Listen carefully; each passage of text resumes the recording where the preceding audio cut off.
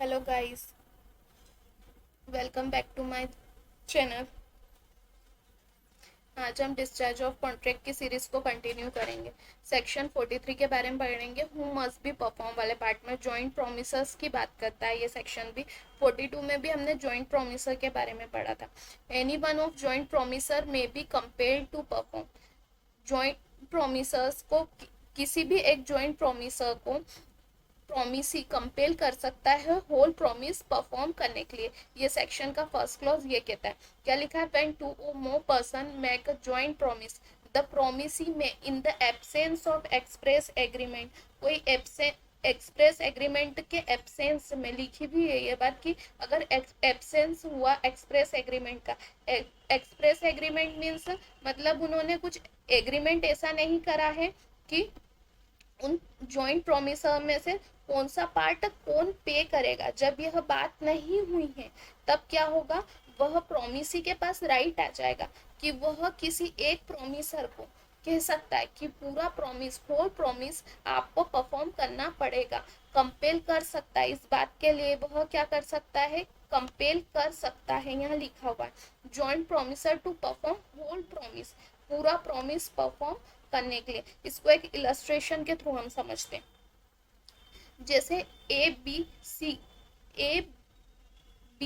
सी तीनों ने क्या कहा डी से कि मैं तुम्हें 3000, हम तुम्हें तीनों मिलकर कितने देंगे, 3000 रुपीज देंगे। यहाँ क्या बात हुई कि तीनों ने कहा कि हम तीनों 3000 डी को देंगे। यहाँ बात तो डी के पास क्या राइट है कि ये जो डी है इसके पास राइट है कि वह सी को कंपेल कर सकता है कि पूरा प्रॉमिस तुम्हें परफॉर्म करना पड़ेगा और जो 3000 है वह तुम्हें मुझे देने होंगे। ये बात कौन कह सकता है, डी सी को, कि पूरा प्रॉमिस तुम परफॉर्म करोगे और 3000 रुपीज तुम मुझे दोगे। यहाँ डी के पास ये राइट है, जो ये प्रॉमिस ही है इसके पास क्या है, ये राइट है कि यह ऐसी बात कह सकता है। सेक्शन 43 का फर्स्ट क्लॉज ये कहता है।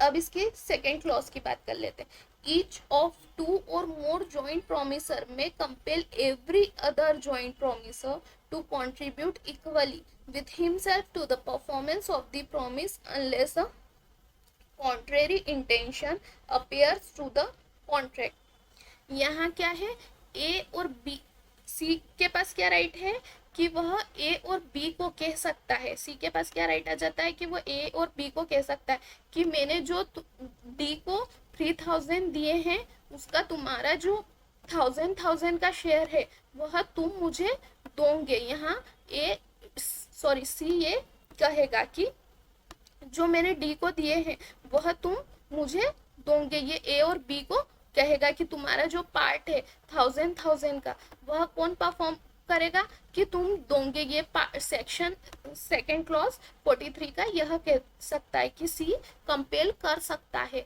ईच प्रोमिसर्स को कि तुम जो दोनों जो बचे हुए जॉइंट प्रोमिसर्स है वह कंट्रीब्यूट करेंगे इक्वली। ये बात सेकेंड क्लॉज में कही गई। Each promisor may compel contribution, compel कर सकता है कंट्रीब्यूशन के लिए, ठीक है। अब यहाँ पर इसका नेक्स्ट क्लॉज क्या कहता है, sharing of loss by default in contribution.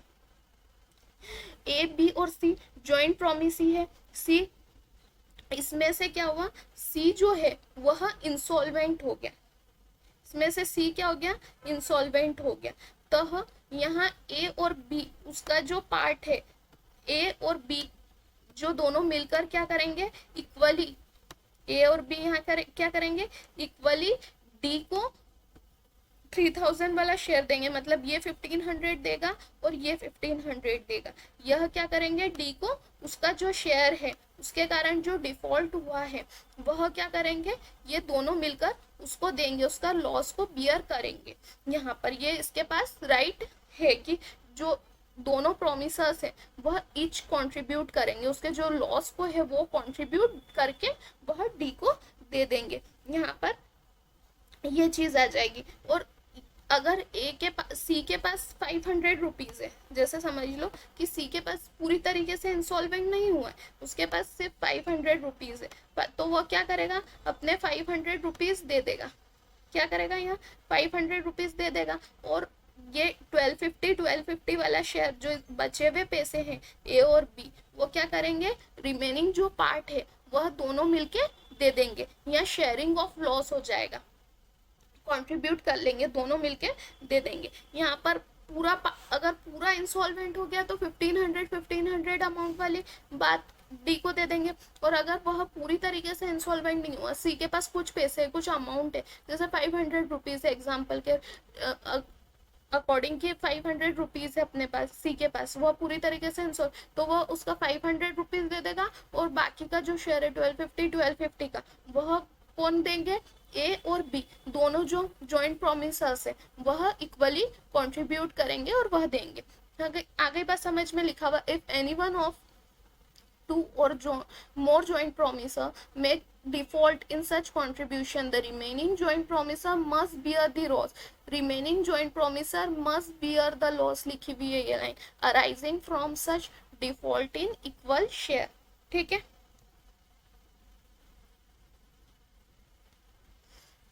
ये रिकवर करने वाली बात कही गई है कि यह रिकवर कर सकता है। जैसे डी ने कहा कि ए तुम मुझे, डी ने कंपेल कर दिया, यहाँ लिखा हुआ पहले ये कंपेल की बात करी हुई, तो यहाँ डी ने ए को कंपेल करा कि तुम पूरा शेयर मुझे दो यहाँ पर, तो यहाँ ए क्या कर सकता है, 1250 इससे ले लेगा, 500 इससे ले लेगा, और 1250 वाला शेयर उसका हो जाएगा। तो यहाँ डी के कंपेल करने पर ए तो उसको 3000 दे देगा, ए तो कह देगा कि हाँ मैं तुमको 3000 ये दे देगा उसको, लेकिन यह बी से कितने लेगा 1250, और सी से क्योंकि वह इंसॉल्वेंट हो गया उसके पास है ही नहीं, तो वह उससे 500 रुपीज लेके उसका जो शेयर है वह इक्वल हो जाएगा यहाँ पर। ठीक है, अब एक्सप्लेनेशन की बात कर लेते हैं। एक्सप्लेनेशन कहता है payment made by surety on behalf of the principal, जैसे A B C are under joint promisor है, दोनों ज्वाइंट प्रोमिसर है, और वह डी को 3000 रुपीज, वही वाला एग्जांपल लो कि डी को वह 3000 रुपीज देना है उनको, तो यहाँ ए और बी जो है वह ओनली श्योरिटीज है सी के, कौन है वह, ओनली सी के श्योरिटीज है। ये यहाँ पर ज्वाइंट प्रोमिसर के साथ ए और बी जो है वह श्योरिटी है सी के, तो यहाँ पर क्या होगा, डी बी जो सी है वह प्रिंसिपल हो गया, ए और बी कौन होगा, श्योरिटी होगा। तो यहाँ पर जो डी है ने पैसे मांगे, तो उसके पास, सी के पास पैसे नहीं थे, उसने कहा कि मेरे जो श्योरिटी है उनसे पैसे ले लो, तो डी, ये दोनों ने 1500 ए और बी ने 1500 डी को दे दिए, ये अमाउंट पूरी दोनों ने मिलके 3000 रुपीज इसको लौटा दिए डी को। तो यहाँ पर जब इसके पास उनके प्रिंसिपल से श्योरिटीज कितने लेंगे, पूरे 3000 रुपीज लेंगे, दोनों मिलके 1500 वाला पार्ट लेंगे, यहाँ पर वो वाला पार्ट नहीं लेंगे कि नहीं 1000 तुम दे दो 1000, क्योंकि यहाँ जॉइंट प्रोमिसर्स में वह तीनों का इक्वल कंट्रीब्यूशन नहीं है। यहाँ बात क्या हो रही है, जॉइंट प्रोमिसर में श्योरिटी की, कि ये ए और बी तो उसके कौन है, श्योरिटीज है, तो उनके पास क्या राइट है रहेगा कि वो पूरा अमाउंट ले, इससे सी से 3000 का पूरा अमाउंट ले, ना कि जो 15,000 वाली अमाउंट ले। यहाँ पर ए और बी के पास राइट है कि वह प्रिंसिपल से पूरा अमाउंट रिकवर करेंगे, to principal to recover anything from the surety on account of payment made by the principal.